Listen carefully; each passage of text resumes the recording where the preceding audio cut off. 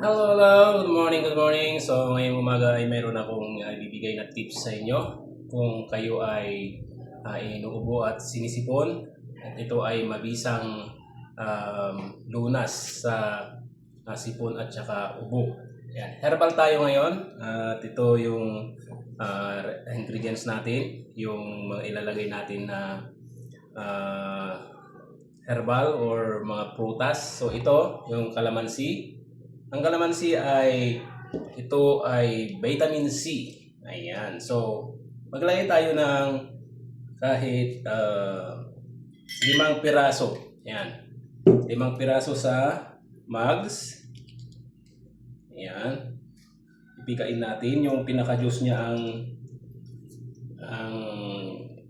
kukunin natin. So, mas maganda guys kung ang ilalagay natin na kalamansi yung pahinog na. Ito, para hindi naman gaano siya maasim, medyo manamis-namis na siya. So 3, ang asim. 4, 5.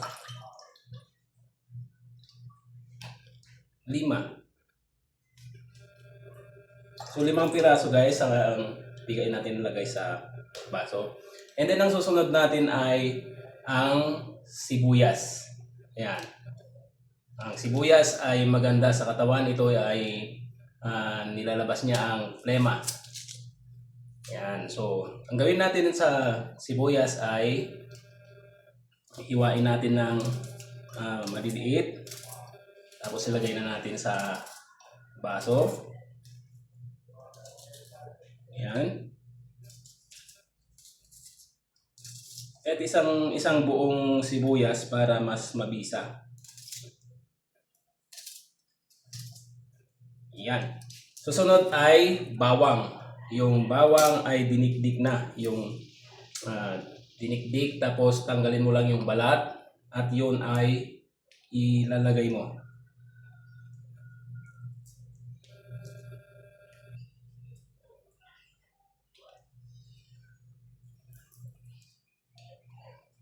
Yan. Kahit medyo ramihan mo konti yung tawag nito, yung bawang. Yan. Pagkatapos guys ay lalagyan na natin ng konting sugar. So konti na lang ang sugar ko kaya itaktak ko na rin. Ayan. Kung may honey kayo, mas magandang honey. Yan, para sweet.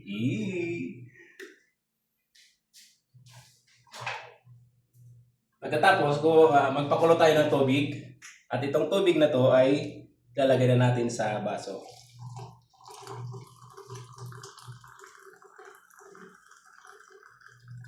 Ito guys ay